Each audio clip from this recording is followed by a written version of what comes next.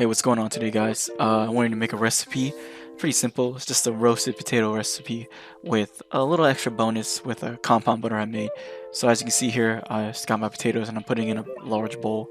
Now I'm gonna wash them. Now for these potatoes, because we're gonna leave the skin on, we want to make sure that we wash it really well. So I'm gonna be kind of scrubbing all the potatoes one by one, just to make sure there's no dirt and any crevices, and to ensure that the skin is nice and clean. Because essentially, we're not gonna do anything to it. We're just gonna roast them whole with the skin on. And I know a lot of times people like to peel the skin, but for me, I think it really helps with the crispness of the potato, and then it just makes it taste better overall. So yeah. All right, and then from there, what you're gonna do is you're gonna take the potatoes and you're gonna take out your cutting board. And for me, the way I like to cut my potatoes is, what I'll usually do is I'll take the potato and I'll cut it in halves. So I'll cut it in half, and then I'll take the half of that potato and I'll cut it in half again, and then I'll turn it and I'll cut it. Depending on the size of the potato, I'll either cut it into 4s or 6s. So you can see here, this potato is kind of big, and you get these nice cubes. And so the reason why I cut it into these cubes is because if you cut it any smaller, once you boil your potatoes, they kind of get too soft, and so they don't retain that crispiness. But from here, this is like the perfect size to where it gets really crunchy on the outside, but then super fluffy on the inside. So essentially, you're making like mashed potato bites, but without the hassle of making mashed potatoes and frying them. And you can see that this potato is pretty big, so I think I even cut it into eighths right here because it's too big. And then while you're doing that, you want to get that same bowl you used to put the potatoes in. You want to fill it up with water, and you're gonna put those potatoes into that water. And the reason why you do that is because a lot of times potatoes have a lot of starch in them, and so when you put them back into water, a lot of times the water kind of takes out that starch. And so when you drain it, you'll see that once you drain it, there's a lot of starch left over from the potatoes in the water. And what that does is, if that's still in the potatoes, it won't make it as crunchy.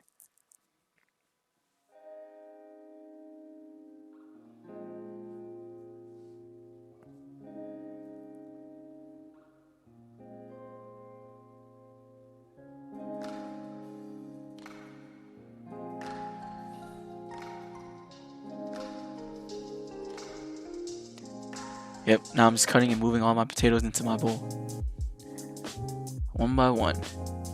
Oh, almost forgot one. There we go. Alright, and now what you want to do is you want to find the biggest pot that you can and just fill that thing up with water.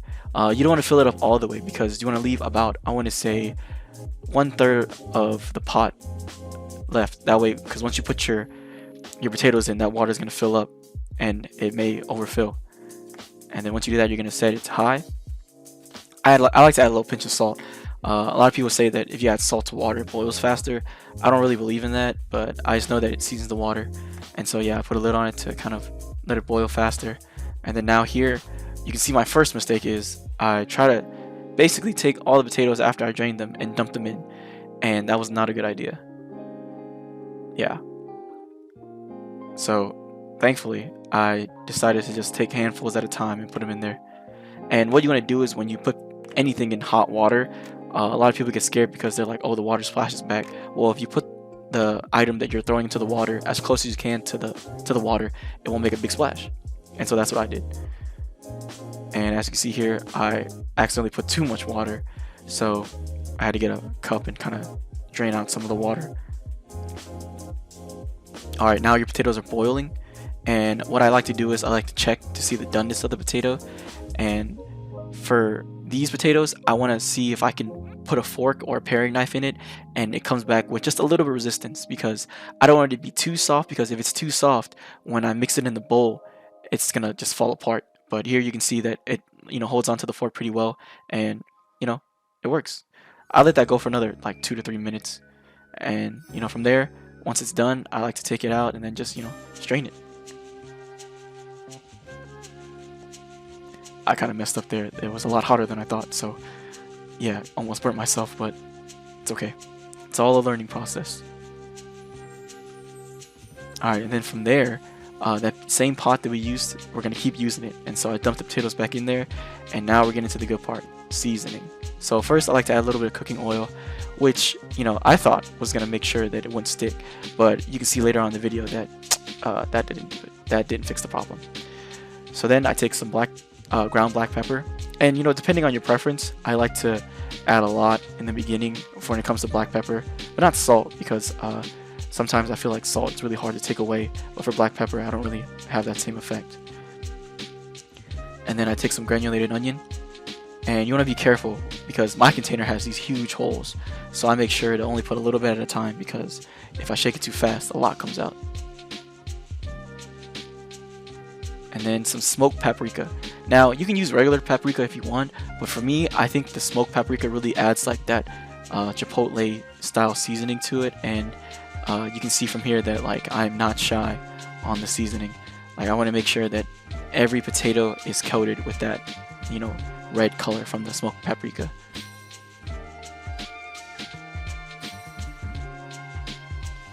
Alright, and then from there, all you're going to do, kind of similar to how you toss wings in buffalo, you're just going to toss the potatoes, you know, just back and forth, back and forth. And I think this technique is great because what it does, it kind of bruises the potatoes a little bit, so it makes more surface, you know, to be crisped up. And then you can see here, if you do it right, your potatoes should be well seasoned all around. Yep. Alright, now you're going to set your, while you're doing that, you're going to set your oven to 400 degrees. And then you're going to line 2 baking sheets with aluminum foil and some spray, preferably non-stick. I thought that the cooking oil would help prevent it from sticking, but it actually did the opposite. It made it stick more. So don't do as I do, do as I say. And so I'm just dumping the potatoes out onto both of the trays. And, you know, once you do that, you want to make sure that everybody has enough room to crisp up, so you want to flatten it. So that's what I'm doing here. I'm just spreading them out and making sure everybody has enough space to, you know, not clump up, because that's the worst, when you just have a giant clump of potatoes and, like, there's no crisp edges. It's just all basically a baked potato but dismembered. And then you're gonna set your timer to 1 hour and let it go. And so here I'm checking, it's been about 30 minutes, and all I'm doing is I'm taking the potatoes out and I'm flipping them. And like I said here, the potatoes kind of sticked, so I did my best to try and flip them all. And if the potatoes come out a little bit more rough than they should, that's fine too, you know. Well, it's all about learning from here and, like, trying to just get a good potato at the end. And then just let that close up. And so here's the special, the compound butter I made.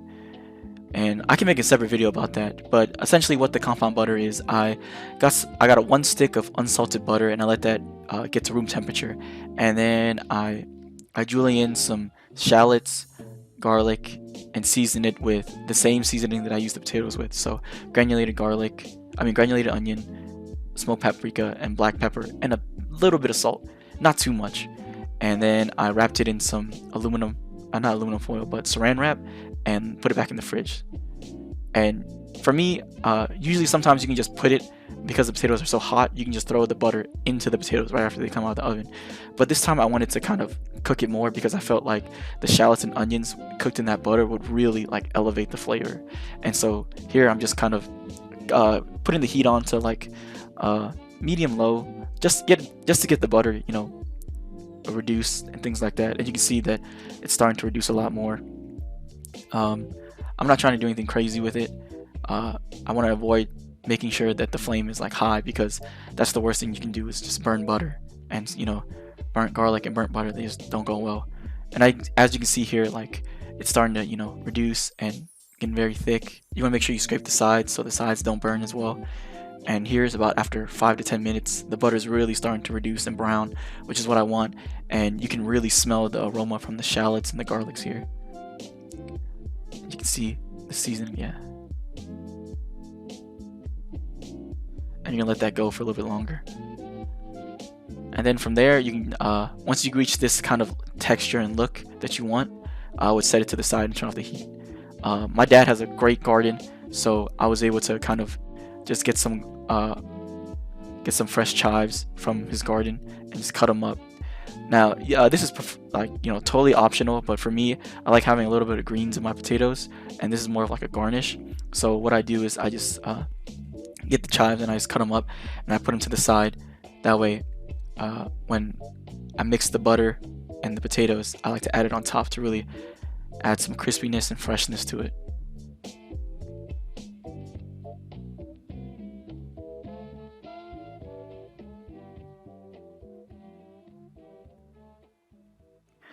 Alright, and then from there, now it's time to assemble. So your potatoes are done, and I've taken them out of the oven, and now that same bowl that we've been using the whole recipe, we're going to bring it back. So now you can see here the potatoes stuck to the aluminum foil, but that's okay. And now you can see how crispy the potatoes got from the oven.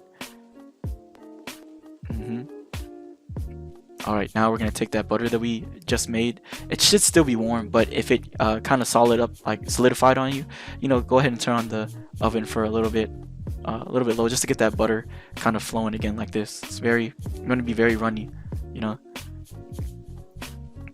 Nice. It's all incorporated. Alright, make sure I got everything. And then I'm going to take those chives that I cut up earlier, and I'm going to throw them in there as well.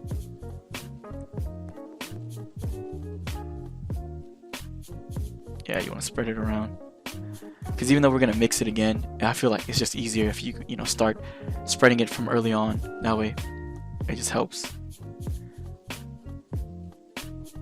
Alright, now we're gonna start mixing again, and like I did earlier, we're gonna do the buffalo wing toss.